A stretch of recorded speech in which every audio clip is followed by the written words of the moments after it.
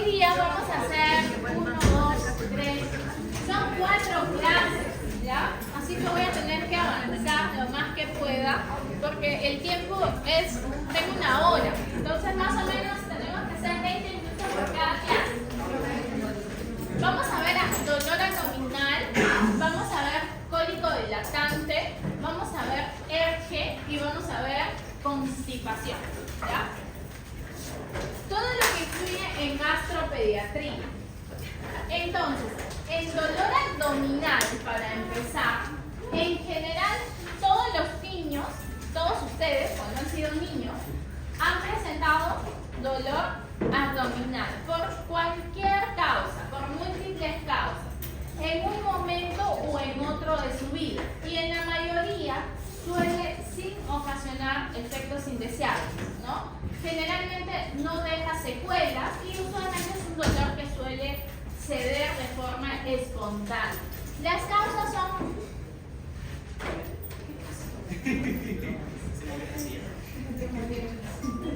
Sus causas son múltiples y tenemos que tener en mente ya la sospecha del diagnóstico y de acuerdo a ello requerir exámenes complementarios.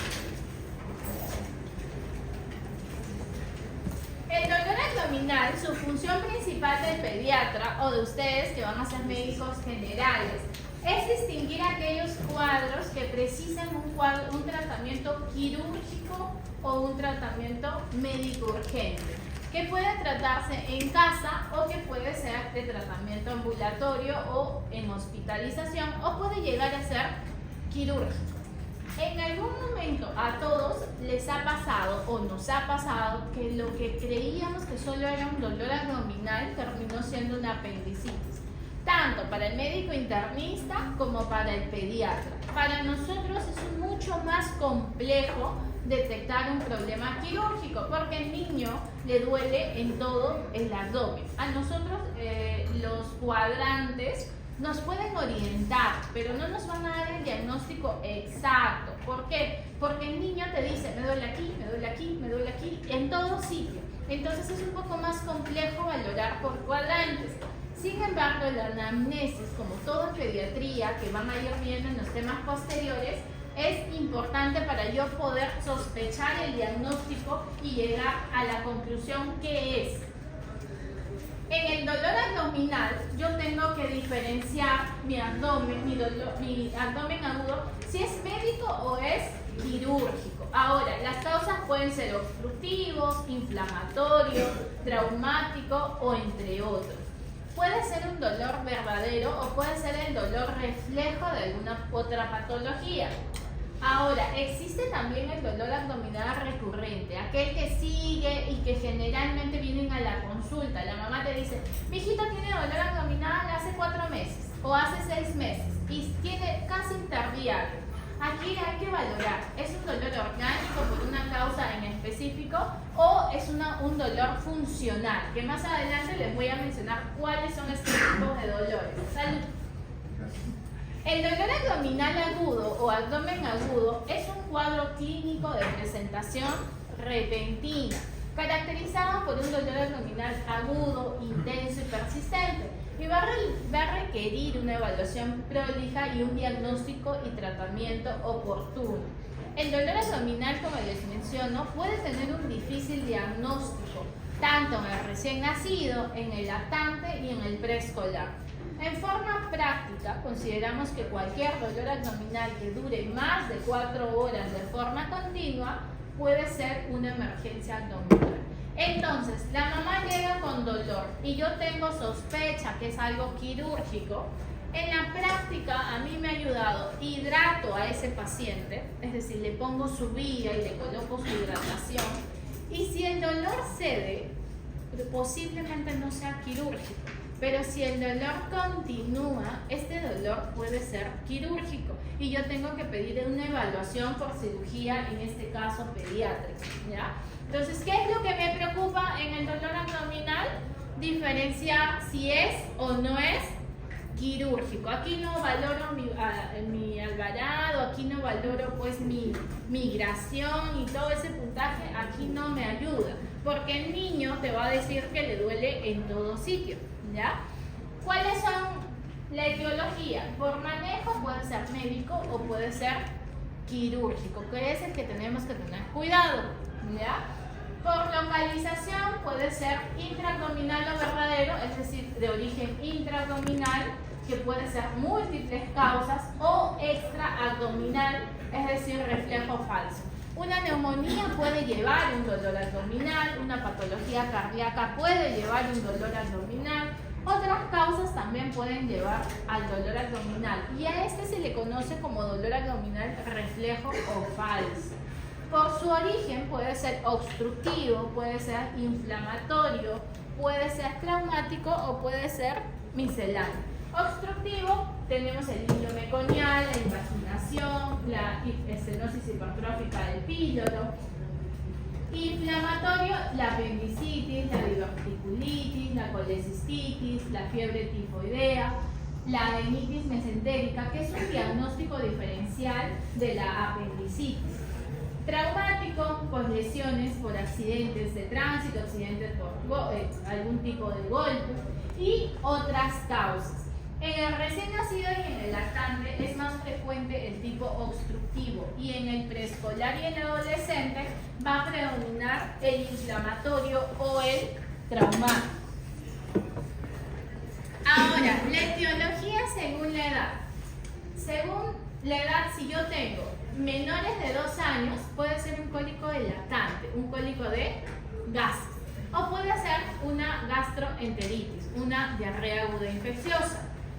Las causas más frecuentes de abdomen agudo, es decir, que sea quirúrgico, podemos encontrar la invaginación intestinal o la apendicitis también.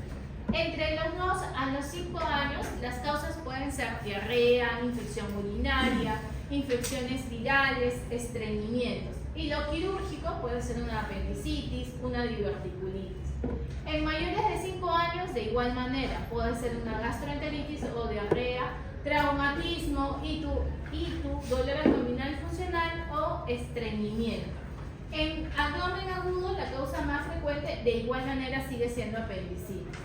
En adolescentes ya tenemos que valorar que si es mujer puede ser una dismenorrea, y en el caso de que sea algo quirúrgico, una enfermedad quirúrgica, tenemos que descartar que no sea enfermedad inflamatoria pélvica en las mujeres, cólico nefrítico también, colecistitis o también la apendicitis misma.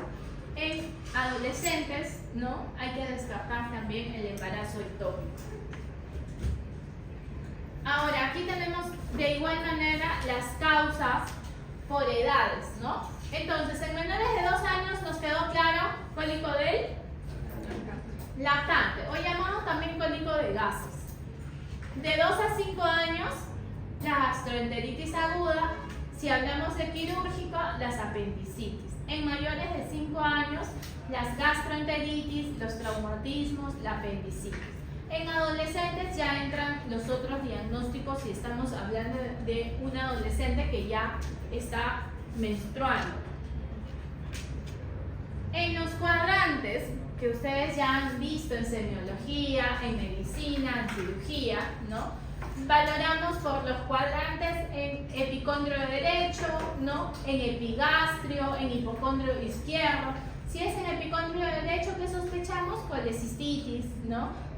Sospechamos también problemas de gastritis o de úlcera, poco frecuente. En el hipocondrio izquierdo, ¿qué sospechamos? Un infarto del miocardio, que en niños pues no vemos así usualmente, ¿no? Por eso es que estos cuadrantes se usan más en valoración del adulto. En mesogastrio, generalmente las diarreas, ¿no? En la fosa ilíaca derecha, la apendicitis. Pero ojo, en niño, esta apendicitis no solo se va a dar en fosa ilíaca derecha, sino en todo. Y el niño, generalmente, ¿dónde te señala que le duele? Aquí, en mesogastrio. Generalmente te señala al medio, ¿ya? Porque sabemos que el abdomen es pequeño en el niño. Entonces, el diagnóstico suele ser clínico. Recordar, el desafío más difícil continúa siendo el diagnóstico de apendicitis. Ante cualquier dolor abdominal, siempre mencionen los signos de alarma o siempre usen la palabra con la mamá, puede ser apendicitis. Siempre, siempre. ¿Por qué? Porque se van a salvar de muchos problemas. Viene un dolor abdominal, señora, si el dolor sigue, continúa, es intenso, no pasa, llega a la casa y sigue, siempre hay que valorar que puede ser un compromiso quirúrgico, más si es que no hay causa. Por ejemplo, no hay diarrea, no hay infección urinaria, no hay una causa. ¿Qué puedo pensar? En apendicitis. Ha habido casos de pacientes con dolor abdominal, con diarrea y con apendicitis.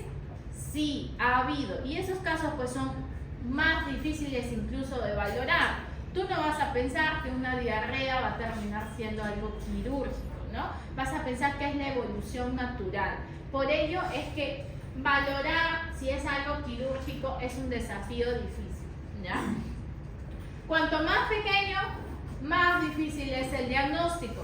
Y no es infrecuente que haya confusión con una gastroenteritis por la presencia de diarrea. Ahora, ¿qué es lo que yo tengo que valorar? La información de la persona que me va a decir qué es lo que ha pasado. El niño no te va a decir, solo te va a señalar que le duele. El papá te tiene que dar la información. Como siempre, yo les he mencionado, ¿en qué momento hubo el cambio de la molestia? Hoy estamos miércoles, lunes estaba bien, sí. Martes estaba medio decaído, dejó de comer. Y en la noche empezó con dolor. ¿Tiempo de enfermedad? Un día, ¿cierto? Recién desde el día martes. Siempre pregunte, ¿cuándo su hijito estuvo bien y cuándo hubo el cambio? ¿Cuándo hubo la sintomatología? Ahora, las características del dolor. ¿Fue súbito o progresivo? Y si estuvo asociado al alimento o no. Señora, ¿su hijito amaneció con dolor o después fue aumentando el dolor? Señora, ¿usted le dio el desayuno y después del desayuno vino el dolor o ya estaba con el dolor antes del desayuno? Ahora, tengo que yo también ver si fue modificado o no el sueño, o sea, ¿durmió o no durmió tranquilo este pequeño? Si el comienzo fue precedido por alguna otra sintomatología. Señora, el día lunes tuvo fiebre. Las deposiciones, ¿cómo fueron? Fueron líquidas, tenían moco, tenían sangre. ¿Hizo deposiciones? ¿No hizo deposiciones? ¿Desde cuándo? Hay náuseas, hay vómitos, hay molestias urinarias. Todo ello yo tengo que valorar. ¿Para qué? Para ir orientándome al diagnóstico que puede ser. En general, el dolor de tipo cólico es el más frecuente en cuadros obstructivos. En cambio, el dolor continuo es más común en tipo inflamatorio. Ahora, valorar qué tipo de dolor es complejo. El niño no te va a decir. Tú puedes decir, tengo un dolor tipo ardor, tengo un dolor tipo cólico, tengo un dolor tipo urente. Pero el niño no te va a valorar el tipo de dolor que tiene. Y buscar factores predisponentes, ¿no? Si está con diarrea, la fecha de última regla en caso de adolescentes, si hubo algún accidente dentro de las últimas horas, ¿no? O si tiene alguna patología asociado el pequeño. Todo ello yo tengo que informarme. La anamnesis me va a decir un 90% del diagnóstico. Ahora, en la evaluación clínica yo tengo que valorar la historia pasada de eventos dolorosos similares. ¿Es la primera vez que le pasa, señora? Sí, es la primera vez. Mi hijito antes no tuvo dolor de esa intensidad. Entonces, ¿qué puede ser? Puede ser quirúrgico. O me puede decir, hace 2 semanas vine y me mandaron a cirujano pediatra. Hace 3 meses vine y me mandaron a cirugía pediátrica por sospecha de apendicitis, el mismo dolor. ¿Puede ser quirúrgico? Ya un poco más difícil, ¿no? Porque ya lo ha tenido antes. Entonces tengo que valorar si hubo o no hubo dolor antes. La situación, la localización, la irradiación, como les mencionaba, es un poco difícil valorar por cuadrantes, pero nosotros sabemos que la apendicitis suele iniciar en la zona más superior del abdomen. En cambio, en niños puedes valorarse en la zona más que todo periumbilical, ¿ya? Hay que observar al niño. Yo también tengo que ver cómo entra el niño. La semana pasada tuve yo guardia, me llegó un paciente de 10 años y Julito se llamaba, y llegó llorando. Y la residente me llama y me dice, el paciente es quirúrgico, es una apendicitis, ha entrado llorando y necesita irse a otro hospital porque aquí no hay cirugía pediátrica. Y yo le digo, pero ¿ya le examinaste? No se deja, está llorando y ha entrado en posición antálgica. Claro, lo primero que se sospecha es una apendicitis. Entonces yo voy y lo paso y le digo, vamos a hidratar. Y me llama el director y me dice, doctor, ese paciente sáquelo por ley de emergencia porque está en cirugía pediátrica. Y yo le digo, pero no he examinado al paciente, ¿cómo lo voy a sacar? No, está llorando, es una apendicitis. ¿Qué haces? Es su director. Espérenme 2 minutos y examino a su paciente. Y dije, ¿qué relación tiene? Bueno, era del mismo lugar de Jaén. Él viene de Jaén, el nombre director. Y el paciente también. Y por ahí había algo de relación. Yo le examino al paciente y dicho y hecho, estaba antálgico. No se dejaba. Yo le digo, ¿cuántos días llevas con el dolor? Recién hoy día. ¿Qué has comido? Nada, porque no tengo hambre. Entonces ya teníamos 2 sospechas. El dolor estaba antálgico y bueno, estaba bajo de apetito. ¿Has hecho deposiciones? Sí, ayer. ¿Estás con diarrea? No. ¿Has estado con calentura, fiebre? No. La abuelita no hablaba bien, no se le entendía, la mamá estaba hospitalizada. Entonces procedí a hacerle la hoja de referencia. Le hago la hoja de referencia, me vino calidad, me vino su salud, me vino la jefa de enfermería, me vino el jefe de emergencia diciendo, sáquelo. Y yo, pero esperen pues no, que llame el director al otro director y que ellos, entre ellos pues no, gestionen. Dicho y hecho, el director llamó al director de Coyique y se fue el paciente.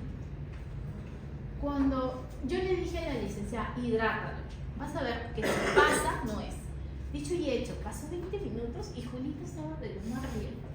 Y yo, Julito, ¿has movido todo esto? No sé, tú llegas a Coyique y te pondrás a llorar porque me vas a subir a mi sello, a desgastar la apendicitis. ¿Y cómo estás? Julito se sube la ambulancia y me hace, chao doctor. Se fue a Coyique. ¿Qué pensarán de Coyique de mí? Porque está mi sello, desgastar la apendicitis. Llega a Coyique. Dice que ni bien pisó el hospital y empezó a gritar. A llorar. Y los cirujanos, ay, sí, mira, que es la referencia del director, que no sé qué, lo han aceptado. Lo han examinado a Julito y lo han distraído. ¿En qué colegio estás? ¿Y cómo se llaman tus amigos? Y Julito se olvidó del dolor. ¿Habrá sido quirúrgico? Chicos, si alguno de ustedes está tratando, averígüenme si fue quirúrgico. Porque yo he puesto a descartar apendicitis y el niñito, después de 3 horas, ¿fue quirúrgico? No lo sé porque no lo he visto, pero posiblemente no haya sido quirúrgico, porque el dolor en las apendicitis no pasa. El niñito igualito le habrán dicho que entre, porque al hospital entró muy antálgico, pero algo, cuando me miraba se reía, me contaba su historia y yo decía algo, pero la hidratación fue clave. Porque si yo lo hubiera sacado de frente como ley de emergencia, yo también hubiera llegado a otro hospital y les hubiera dicho, sí, es una peritonitis porque está antálgico y esto y lo otro. Pero la hidratación nunca se olvide. Cuando tengan un paciente con dolor abdominal que puede ser quirúrgico, hidraten, pónganle suero. En el transcurso de 2 horas, ese paciente, si no es quirúrgico, posiblemente ya no tenga dolor. Ahora, el inicio de las diarreas también vienen asociadas a dolor. Por eso una de las recomendaciones que yo también hago con mis pacientes es que no le den nada para el dolor. O sea, que no le demos estos componentes que tienen el Gaseovet más la omatropina, todos los componentes para el dolor, que se llaman, por ejemplo, Gaseovet Plus, ¿no? Iron Gis, que tienen combinado la simeticona y algo más.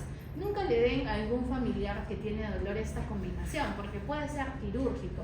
Si quieren darle, denle la simeticona sola o el Gaseovet solo en todo caso, para que no enmascaren si estamos frente a un cuadro quirúrgico. ¿Ya?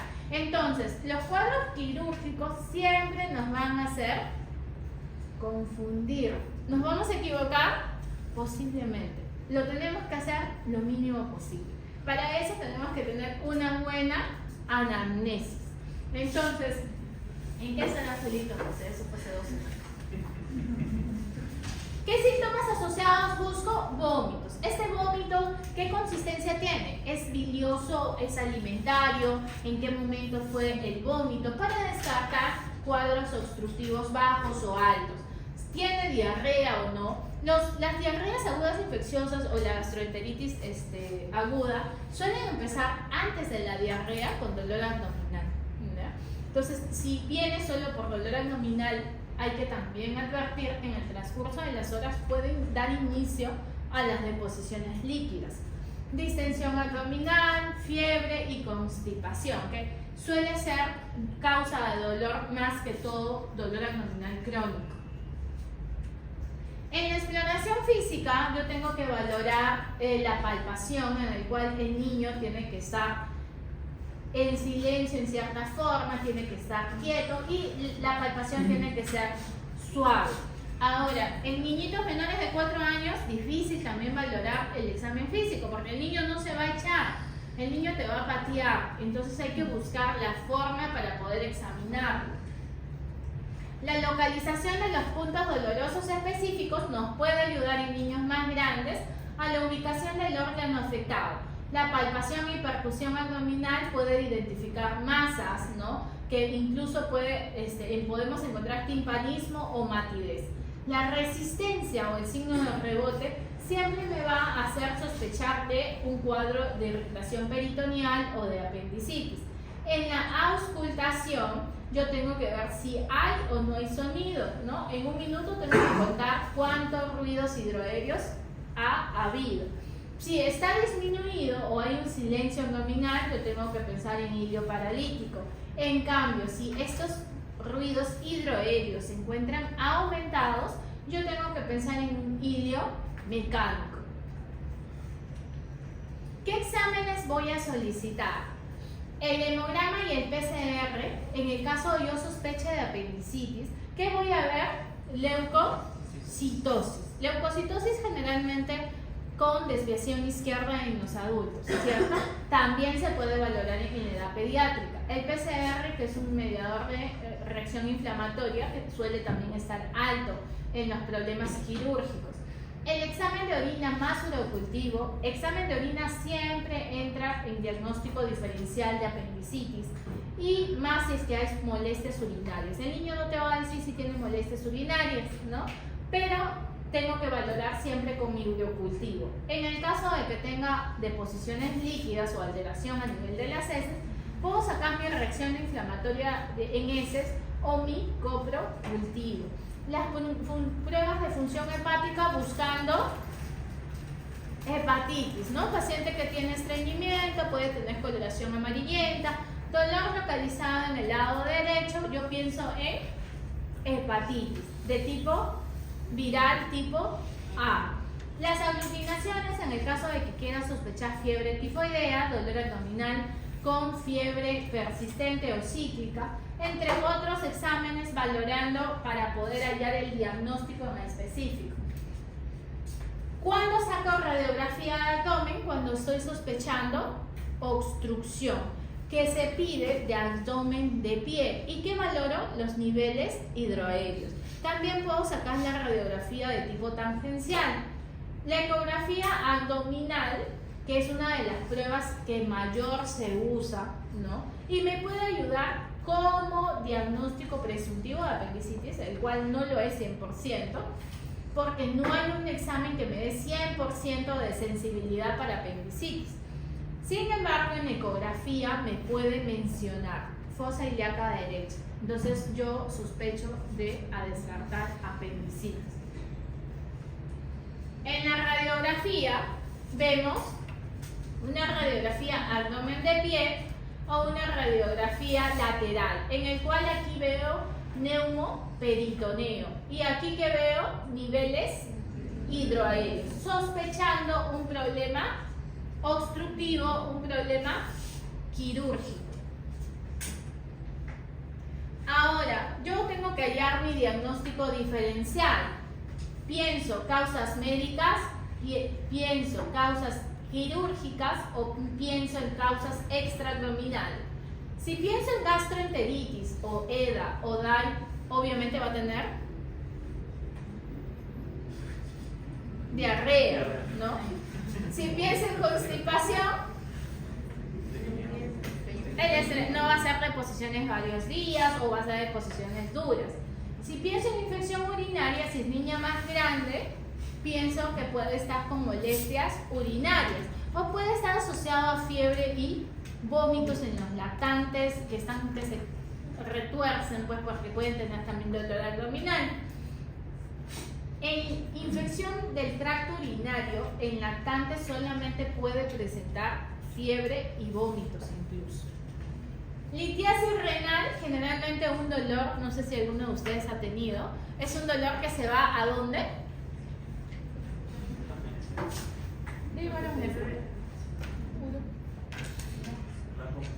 Hacia las piernas, hacia genitales, es un dolor que va hacia abajo, ¿ya? Entonces un dolor que generalmente el niño más grande te lo dice.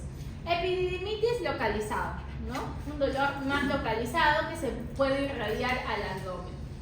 Intolerancia a la proteína de la leche de la vaca, que es un diagnóstico diferencial en los lactantes y que puede estar asociado también a problemas dermatológicos como dermatitis o a deposiciones con sangre que no sea infecciosa con moco. No es precisamente deposición líquida, sino es deposición con sangre. Adenitis mesentérica, el diagnóstico principal diferencial de apendicitis. Entran a operar, no fue apendicitis, ¿qué era? Adenitis mesentérica. Fiebre tifoidea, paciente que está con fiebre varios días, ¿no? Que tiene malestar general y que hubo antecedente de haber comido probablemente, ¿qué cosa?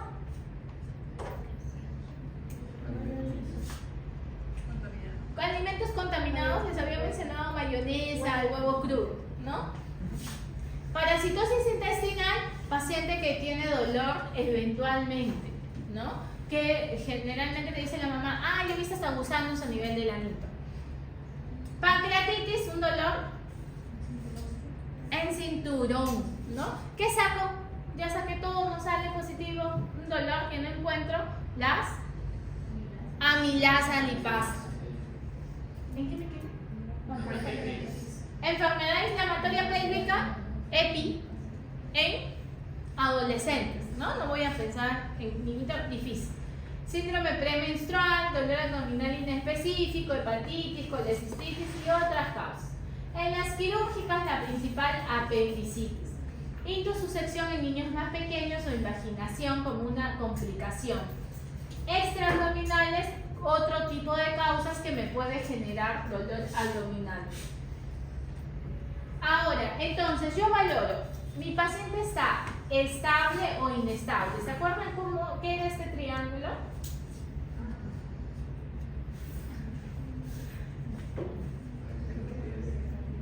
¿Qué valoraba? ¿Alfredo? El aspecto. El aspecto, ¿qué más? La circulación y ¿qué más? La respiración, ¿cierto? Un paciente que está todo bien es un paciente estable. Un paciente que tiene alterado, inestable. Entonces, si está inestable, si estoy en emergencia, en unidad de trauma shock, para poder monitorizar y buscar las causas y una valoración por cirugía. Si es un paciente estable, valoro la anamnesis y la exploración física, veo si no le coloco para el dolor y valoro si hubo traumatismo o no. Si hubo traumatismo, tengo que sacar exámenes, ¿no? El examen de tira reactiva de orina para buscar hematuria, tengo que buscar también hemograma para ver el hematocrito, una ecografía para ver si no hay líquido libre en cavidad y mandar interconsulta al cirujano pediatra. En el caso de que no haya traumatismo, valoro si es sospecha de quirúrgico o no. Si sospecho que es quirúrgico, tengo que valorar exámenes de laboratorio, ver si inicio antibiótico y valorar la interconsulta a cirugía. Si no sospecho que sea quirúrgico, veo si solamente tiene síntomas digestivos, si tiene síntomas respiratorios o si tiene síntomas urológicos. Y me enfoco. Si es digestivos, veo qué examen específico voy a valorar. O si es respiratorio, una radiografía de tórax. Hay neumonías que cursan con dolor abdominal. Entonces, Entonces, ¿cuál sería mi plan de trabajo frente a un dolor abdominal que me llega a emergencia? Mantener la vía aérea permeable, la ventilación y la oxigenación adecuadas, iniciar un acceso venoso, ¿no? En el caso de que sea quirúrgico, poder colocar un catéter central. Se puede colocar una sonda vesical en el caso de que sea quirúrgico y una sonda naso u orogástrica. Valoro si es que hay un desequilibrio electrolítico o metabólico o trastorno de coagulación. Valoro si está chocado este paciente y veo si es que hay algún trastorno de coagulación.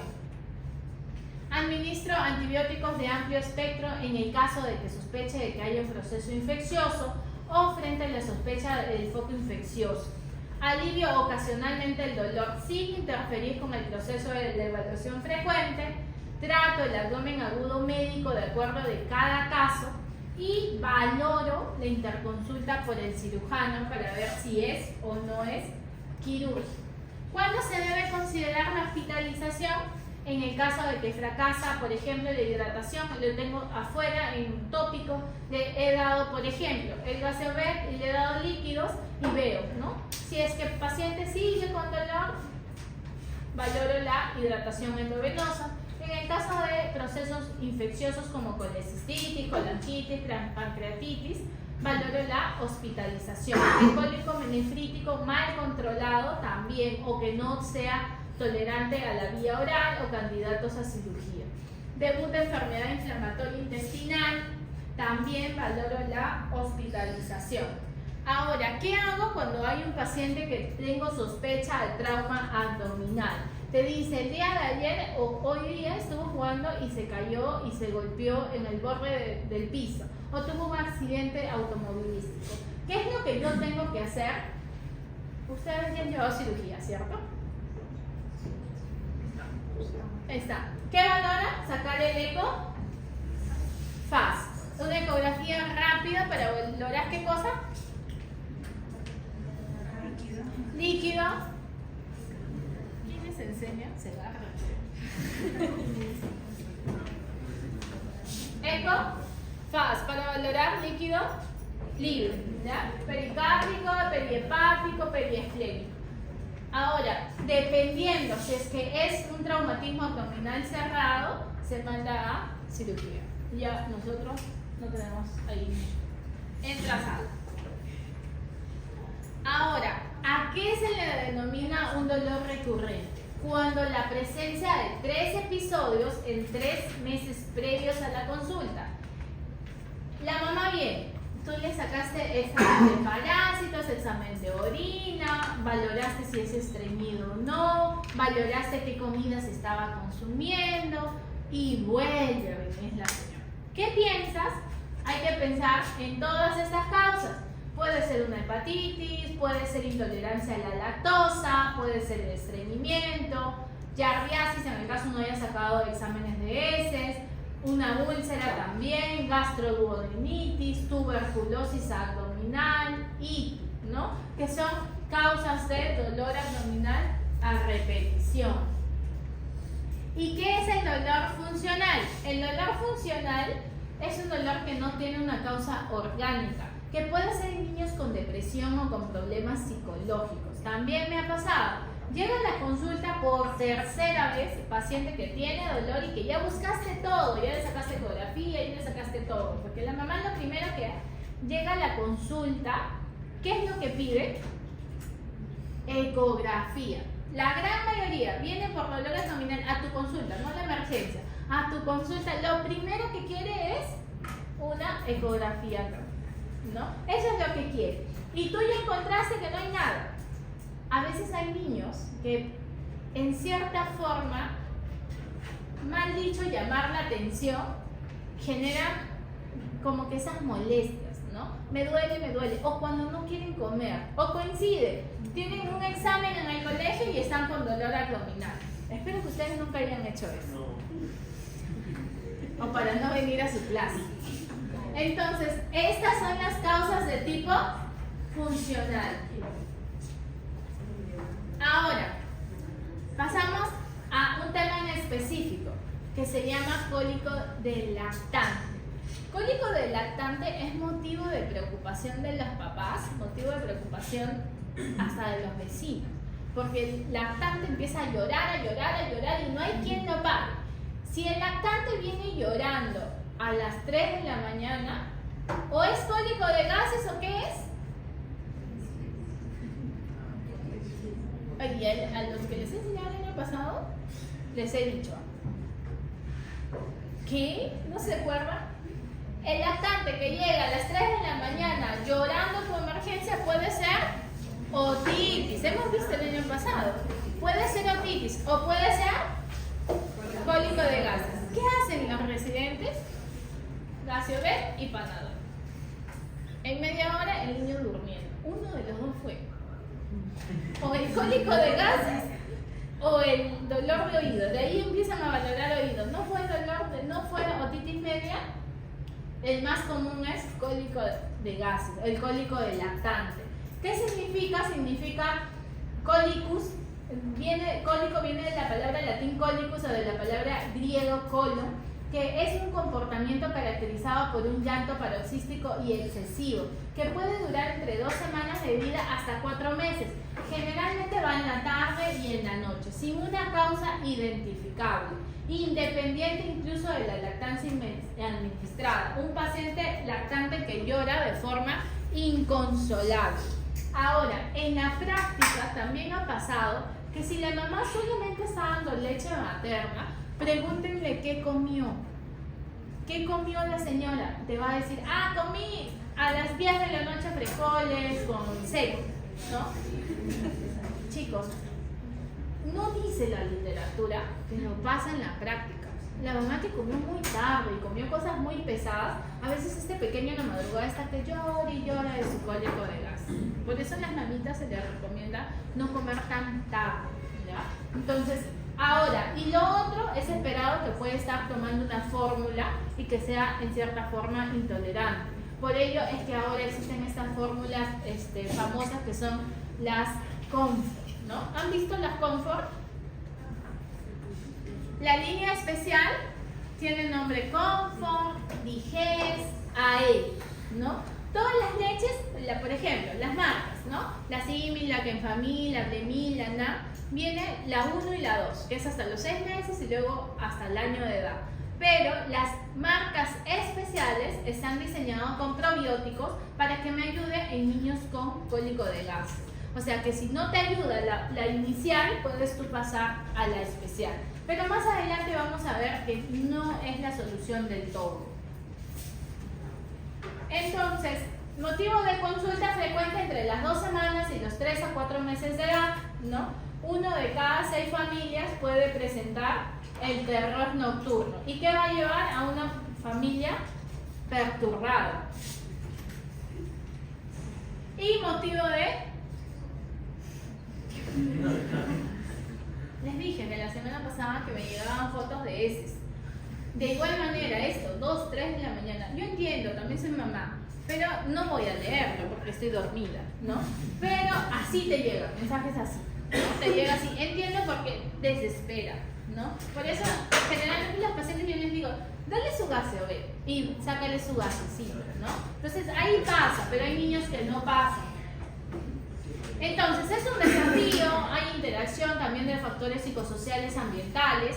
Solo el 5% de ellos tiene una enfermedad orgánica y hay una prevalencia entre el 15 al 40% según la definición que se puede utilizar. ¿Cómo se caracteriza? Según Wessel en el año 1954, es un llanto intenso y se usa la regla de los 3, que dura 3 horas, que puede generar en 3 días distintos y que puede tener hasta duración de 3 semanas. ¿Ya? Esto me dice un diagnóstico más o menos presuntivo para el cólico del lactante. La definición clínica es periodos recurrentes y prolongados de irritabilidad, incomodidad o llanto reportado por los cuidadores que inician sin un factor disparador evidente y no responden a ninguna medida tomada. Los síntomas inician y resuelven espontáneamente y generalmente se va a ver en niños menores de 5 meses. ¿Hay otras alteraciones? No, el paciente suele lucir sano. En el día incluso puede estar tranquilo. ¿Cuánto tiempo es normal? Según estudios mencionan desde 1 hora 6 minutos, que la madrugada es eterno, hasta 2 horas y 45 minutos. Entonces imagínense una mamá, un papá en un departamento con su hijito llorando, ¿no? Por eso es que y se van a la emergencia, ¿no? A las 3 de la mañana. Tú escuchas a un niño llorando, es probablemente cólico de gas. Se estudiaron 80 lactantes en el cual ¿cuánto tiempo tuvo de duración? 1 hora y 45, y mientras más pasaba el tiempo, era menos el tiempo del dolor, ¿no? La irritabilidad máxima en horas vespertinas, y hay un impacto significativo en los niños y sus familias. 1 de cada 6 familias tienen niños con síntomas de cólico. Entonces, ¿cuál es la misión nuestra? Ver la causa de por qué está llorando. ¿Y qué tengo que valorar? Cuando inició, qué tipo de alimentación está llevando. En este caso, si está llevando lactancia materna exclusiva o lactancia mixta, desde hace cuánto tiempo, qué marca de fórmula está usando, en qué momento le está dando, cómo está preparando su leche, qué cosa puede estar induciendo este dolor, el esquema incluso de sueño de los papás y de los hijos, la frecuencia y las características de las deposiciones, y las estrategias que son útiles para calmar el llanto que le genera el dolor. ¿Qué valoro? Síntomas asociados, paciente que pueda tener eczema o deposición con sangre, hay que descartar que no sea un APLB, que es la alergia a la proteína de la leche de la vaca. O tengo que valorar que no sea ERGE, ¿ya? ERGE, que es la siguiente clase. Y en este caso, ¿qué tengo que valorar? La dieta materna, en el caso del APLB, sin lácteos. O sea, a la mamá le suspendo todo. Le suspendo la leche, el queso, el yogur, todo lo que tenga lácteo. Le puedo dar una fórmula hipoalergénica e incluso se puede valorar el uso de antiácidos. La etiología puede ser multifactorial. Existen diferentes teorías. Incluso se valora el carácter del niño, la relación padre-hijo, y puede estar valorado también como un trastorno de conducta. Mala interpretación en la conducta de los niños, ¿no? Más cantidad de horas, más estrés y ansiedad en los niños. El tratamiento, no hay un tratamiento 100% específico, pero sí hay que valorar la parte psicológica materna, la parte gastrointestinal y la parte dietética en el caso de que esté tomando algún tipo de leche. Todas las recomendaciones están basadas en un escaso nivel de evidencia, por debilidad a nivel de sesgos y por el escaso tamaño muestral. Entonces, ¿existe un tratamiento en específico en la actualidad? No. ¿Han escuchado el Biogermin? La semana pasada hablamos del Biogaya, ¿cierto? El Biogaya, que les dije que estaba un poco caro. ¿Qué es el Biogaya? El Lactobacillus reuteri. Esto se usa en cólico del lactante. Va muy bien. 5 gotas de forma diaria por 7 días. Paciente lactante que está usando fórmula y que está con cólico de gases, usas tu Biogaya por 1 o por 2 semanas, suelen ir bien. La idea de que cualquier forma de medicina complementaria alternativa es efectiva para el cólico del lactante no está avalado. O sea, mi Biogaya científicamente tiene evidencia baja, pero en algunos pacientes puede ayudarnos. Pasamos a ERGE. Doctora, una consulta con respecto a la hidratación que sea para diferenciar entre el médico quirúrgico. ¿Cómo es la hidratación? Perdóname, ¿la hidratación es dónde? Para diferenciar entre un médico quirúrgico. Le haces como mantenimiento basal, ¿no? Tú inicias, si estamos hablando de hidratación como superficie corporal, porque hasta 10 kilos tú valoras la hidratación que necesitas, de 120 a 150. Si ya estás deshidratado, usas 180, 200. Si es más de 10 kilos, valoras con superficie corporal, que es el peso por 4 más 7 sobre el peso más 90. Eso te halla 0 punto y tanto, por ejemplo. Eso lo multiplicas por 1500, que es tu basal, y te va a dar El agua es 1500, te da un volumen total. Ese volumen total lo divides en cc por hora. Es un tema de hidratación. Lo usas como deshidratación leve o como mantenimiento, ¿no? Otro día podemos hacer clase de hidratación. Pasamos a reflujo gastroesofágico o enfermedad de reflujo gastroesofágico, ¿ya? ¿Qué es lo que vamos a conocer aquí? La definición, el diagnóstico y el tratamiento. El reflujo gastroesofágico es el paso retrógrado sin esfuerzo del contenido gástrico al esófago o a la boca. Este fenómeno natural es por la inmadurez cardiohiatal fisiológica que va a predominar en lactantes de 1 a 4 meses y suele resolverse entre los 12 y 18 meses.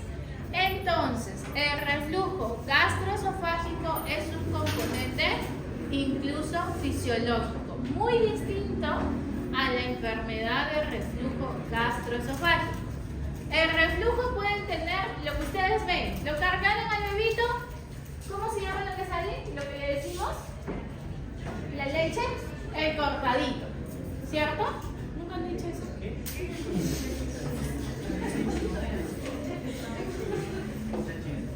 Nosotros criamos perritos. También por ahí pueden tener su reflujo. Bueno, botan su lechecita los bebitos cuando los cambias de posición. Eso es el reflujo, ¿ya? Algo fisiológico, que no va a generar molestias. ¿Y por qué se da? Por la inmadurez cardiohiatal fisiológica. Cursa de forma asintomática, no genera mayor molestia. Acá está, esto. Pudiendo aparecer varias veces al día con una duración menor a 3 minutos. Y predomina el momento postprandial, después de la leche. Dada la naturaleza benigna del cuadro, del proceso, no requiere pruebas diagnósticas y puede ser manejado sencillamente con vigilancia clínica del paciente, ¿ya? ¿Cómo está el bebito? ¿Está llorando? No. En cambio, en el ERGE, el bebito está irritable. Esta es enfermedad de reflujo gastroesofágico. Cuando este proceso va a ocasionar síntomas o complicaciones, se denomina ERGE. Su prevalencia varía en la edad pediátrica entre el 1.8 al 8.2%, que va a generar irritabilidad en el paciente. Entonces, esta es la característica principal. El reflujo es el paso fisiológico.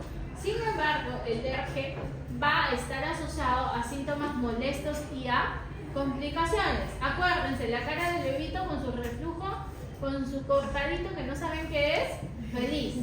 Y este con el bebito que está irritable, llorando. ¿Entendieron la diferencia? La regurgitación es el regreso, ¿cierto?, del contenido gástrico. En cambio, el vómito es la expulsión del contenido, pero con esfuerzo, ¿ya? Esa es la diferencia del vómito.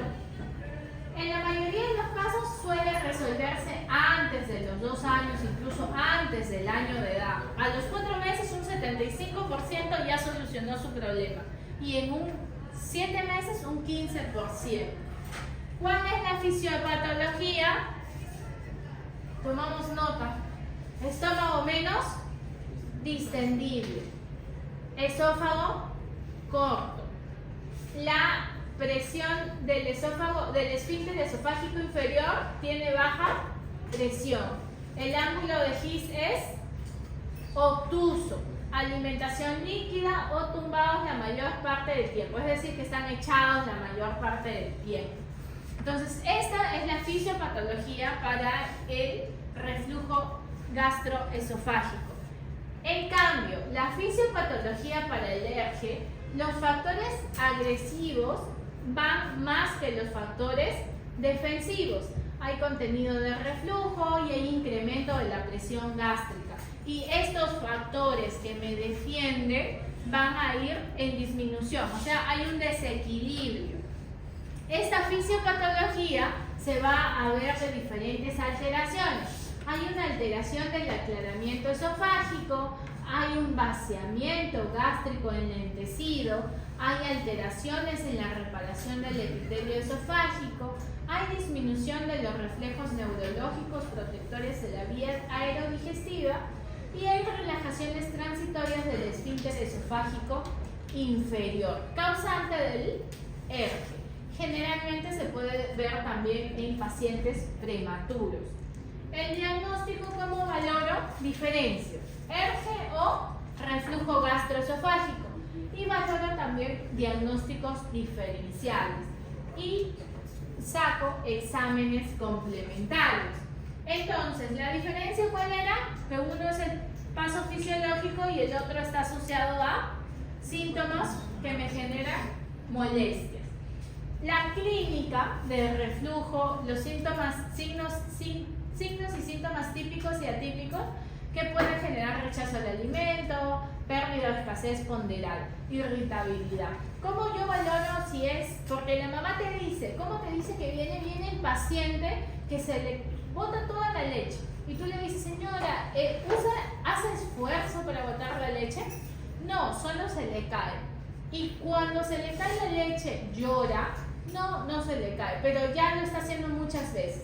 Tú valoras si ya pasaron unos meses su carnet prenatal, su carnet de desarrollo de su control de peso y talla mes a mes.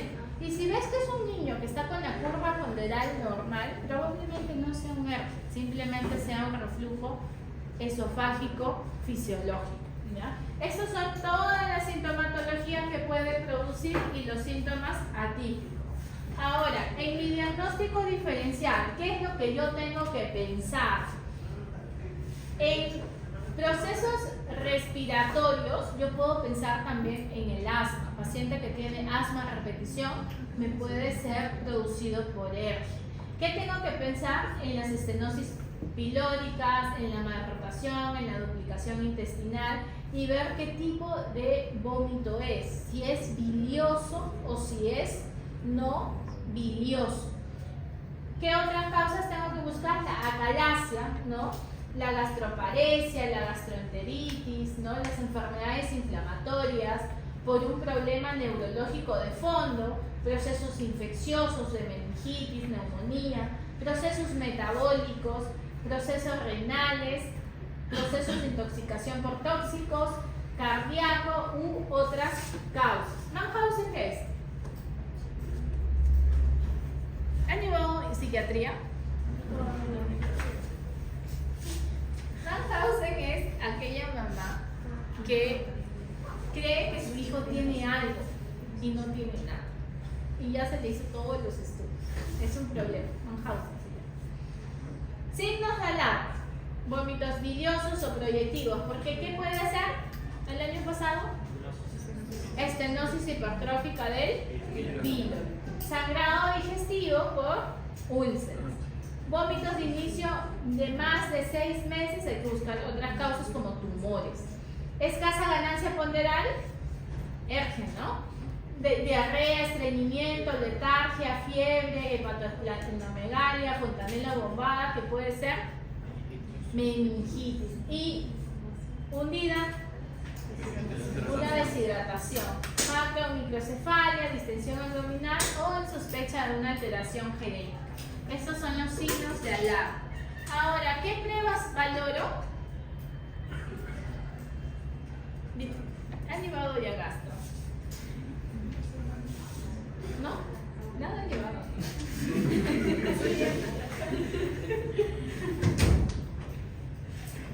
¿Sí han llevado? ¿Y han visto la pechimetría? ¿No han visto? ¿En la teoría? ¿No? A eso lo hacían con la hiperantimetría, ¿no?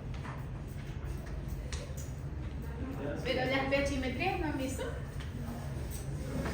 La pH-metría es un estudio que se usa para valorar el pH ¿ya? Y se usa 24 horas. Y aquí me valoro el pH.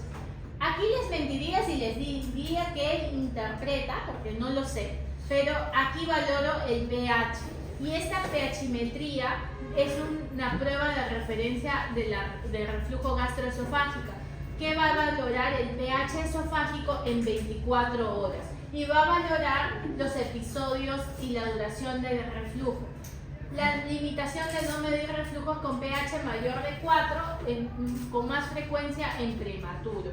Entonces, esta pHimetría me va a detectar, ¿no?, si yo estoy frente a un ERG. ¿Qué otros exámenes puedo usar? Puedo usar la impedanciometría más pHimetría, en el cual impedancia es la resistencia al paso de la corriente eléctrica que se ejerce por el paso del material refluido. ¿Qué otro examen puedo valorar? La endoscopía y la biopsia para ver la mucosa esofágica y excluir otro tipo de causas o incluso complicaciones como esofagitis. La gammagrafía, otro estudio para valorar también que no haya masas u otras enfermedades subyacentes. Entonces, ¿el diagnóstico cuál es? De referencia, la pHimetría. El tratamiento es mejorar la sintomatología, resolver en el caso de que haya lesiones histológicas, evitar complicaciones y reducir la utilización de los hospitales en emergencia. Según el NASPAGAN, que es las sociedades de gastroenterología pediátrica, va a valorar 3 escalones del tratamiento, que es las medidas higiénico-dietéticas, las medidas farmacológicas y valorar si este paciente va a requerir un tratamiento quirúrgico. ¿Cuáles son las medidas higiénico-dietéticas? Cambios en la alimentación incluso de la mamá, valorar qué es lo que está consumiendo el pequeño, en caso que sea ya paciente que esté comiendo. La disminución del volumen de la alimentación, es decir, darle cada 3 horas, cada 4 horas, no darle mucha cantidad. Las fórmulas antirreflujo, que también existen, hay una eficacia controvertida en la actualidad. Se indicarán sobre todo en niños con irritabilidad, con pérdida de peso o con trastornos del sueño, aunque su uso en monoterapia no es recomendable en niños con ERG grave. O sea, solo fórmula antirreflujo no puede usar, tiene que estar asociado a un tratamiento farmacológico. Las terapias de posicionamiento, es decir, colocarlo en decúbito prono o lateral izquierdo con monitorización. En niños más grandes, que tengo que disminuir la ingesta de la cafeína, en el caso de adolescentes, el alcohol, el chocolate, las grasas, el picante, ¿no? Que incluso en adultos está contraindicado porque va a disminuir la presión del esfínter esofágico inferior. En adultos todo esto lo contraindica cuando sufren de reflujo. La disminución del peso, en el caso de pacientes que tengan obesidad o sobrepeso, también mejora la sintomatología. ¿Cómo se coloca el paciente de cúbito lateral izquierdo? Menciona que suele mejorar la sintomatología. Las recomendaciones dietéticas en el ERG: se puede usar una fórmula hidrolizada, extensamente hidrolizada incluso, disminuir el volumen de las tomas o fórmulas antirreflujos. ¿Qué tengo que evitar? Todo lo que me puede ocasionar más reflujo: alimentos grasos, picantes, cafeína, alcohol y la disminución del peso. El tratamiento farmacológico está basado en supresores del ácido, que están considerados como tratamientos de primera línea, incluso antes que los procinéticos. El tratamiento de elección, ¿cuál es? La ranitidina, que es el más usado actualmente y se da a dosis de 5 a 10 miligramos por kilo día, 2 veces al día. ¿Cuál es el tratamiento de primera línea? La ranitidina. Otro medicamento que se puede usar es los inhibidores de bomba de protones, como por ejemplo el omeprazol. A dosis práctica, 1 miligramo kilo día, una vez al día, 30 minutos antes del almuerzo, que se puede extender por 6 meses de duración hasta 2 años.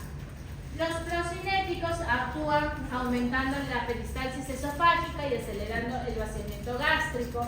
El cisaprida es un agente serotoninérgico mixto que facilita la liberación de la acetilcolina. Como procinético han demostrado ser más eficaz, pero actualmente está restringido porque puede ocasionar alargamiento en el EKG del glúteo. Los antiácidos neutralizan la acidez gástrica, depuran la acidez esofágica y suelen mejorar la presión del esfínter esofágico inferior, disminuyendo los síntomas de filosis. ¿Cuál es el tratamiento de primera línea? La ranitidina. Y en el caso de que se valore, no ha habido respuesta y sigue con el problema, el tratamiento es quirúrgico. ¿Qué es lo que se hace? Se hace una fundoaplicatura del NICE, ¿ya? Eso lo van a ver en cirugía. Ahí ya no me pregunten que no se hace. El reflujo puede ser fisiológico o puede ser el ERG, ¿cierto? ¿Cuál es el examen que yo tengo que usar en el caso del ERG? La pHimetría, puedo valorar con la impedancia, la endoscopía. Y el tratamiento es las medidas higiénicas y dietéticas, los inhibidores de bomba de protones o la ranitidina. Y si no hay tratamiento o no mejora, la cirugía. En cambio, en el fisiológico es benigno. ¿Cuándo va a mejorar? Aproximadamente al año de edad, ¿ya? Aproximadamente al año de edad hasta los 18 meses. Entonces, en conclusión, el reflujo es un proceso fisiológico que puede darse en pacientes sanos y que puede solucionarse entre los 12 a 18 meses. Hay que diferenciar el reflujo versus el ERG, que es la enfermedad. El diagnóstico clínico o puedo sacar la pHimetría. Si el paciente no tiene otra sintomatología más que los vómitos y la irritabilidad, el seguimiento es clínico, los consejos generales y dietéticos suelen ser suficientes. Si persiste más de 12 a 18 meses, hay que asociar a otros síntomas o complicaciones e iniciar el tratamiento antirreflujo o con el inicio de los inhibidores de la bomba de protones. Solo los pacientes con mal control terapéutico con fármacos o complicaciones graves del ERG van a necesitar un tratamiento quirúrgico.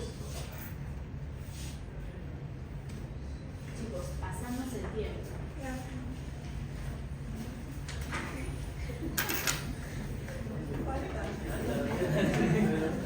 Es que nos falta una clase. ¿Qué quieres abrir?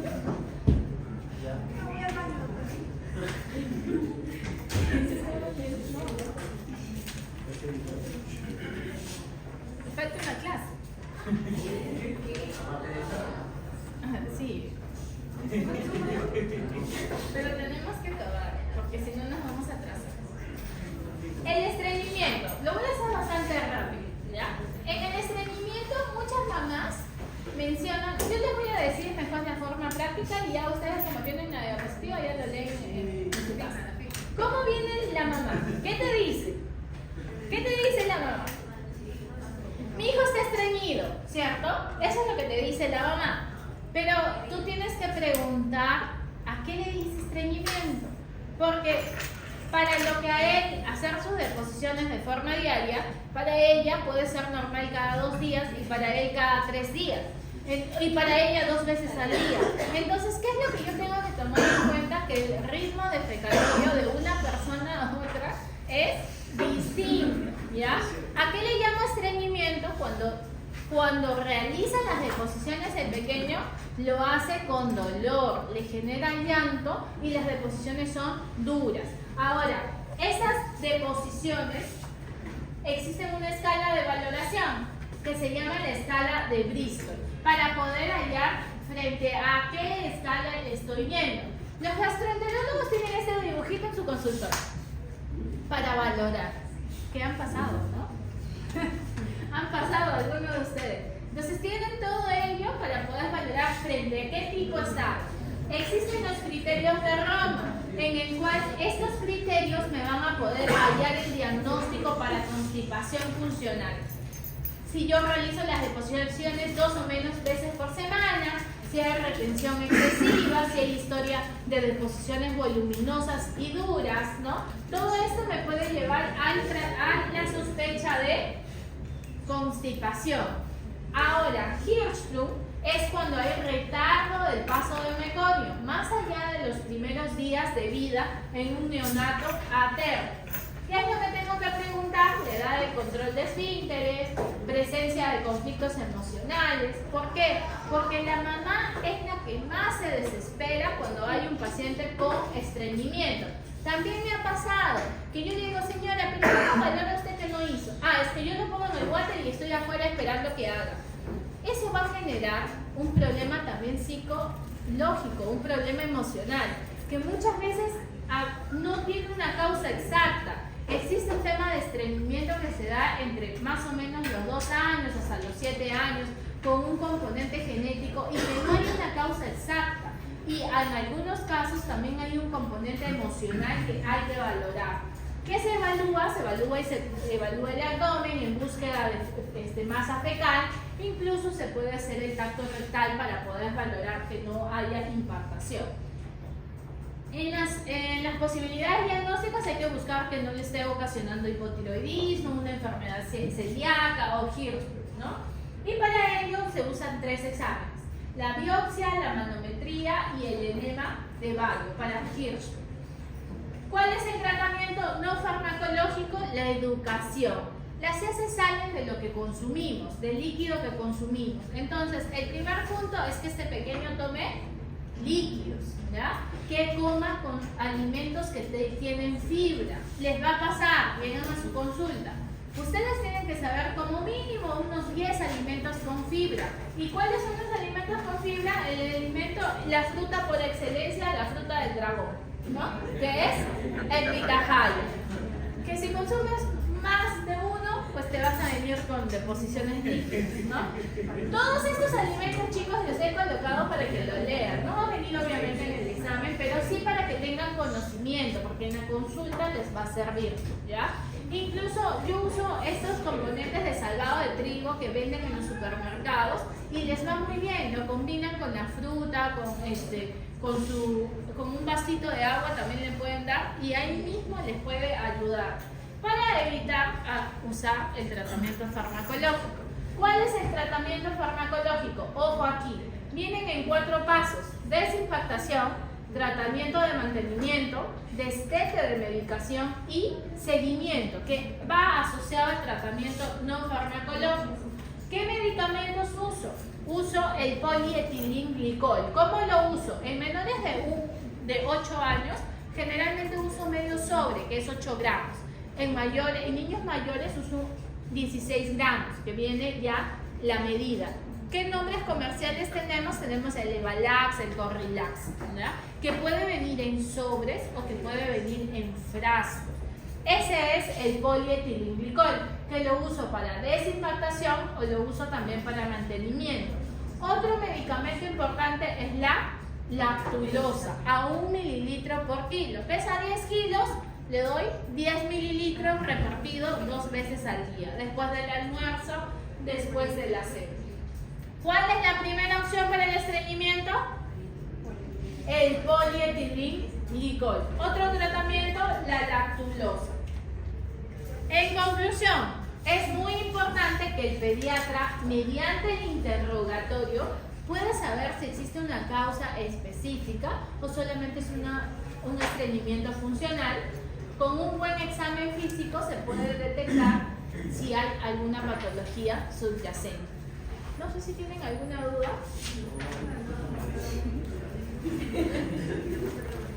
Ya chicos, nos vemos el otro miércoles. El otro miércoles entran las 4 clases. La idea es que no solamente vean la